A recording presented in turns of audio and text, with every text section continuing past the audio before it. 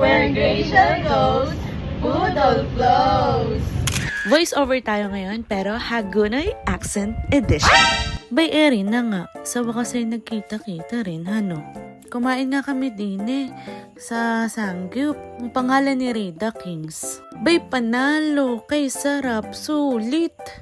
Ering dalawa talaga na rin, taga Hagonoy. Si Amin at si Nika, ano? Ano ba ayos? Ikaw ba na may hindi mapapagay ang dalawang iri kay lakas ng punto. Kami nga'y busog dun sa The Kings. Bay, walang kabusugan, lumipat pa sa Starbucks.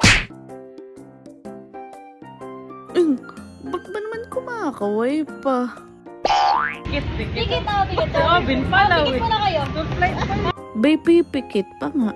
Iba ata. Ay ginagawa namin din yung trending sa TikTok.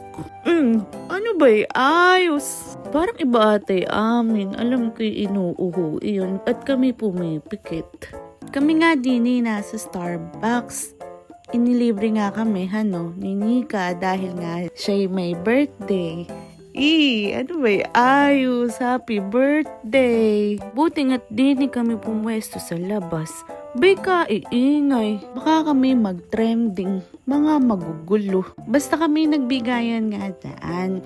At ito nga kasi trending. Mga simple gifts, kumbaga. O hanggang dito na nga laang at parang humahaba na. Ano ba ayos? Kondo. Sabungan ng fire. Ay, eri nga pala yung lahat ng aming nakuha. Diba? Magaganda. Try nyo rin.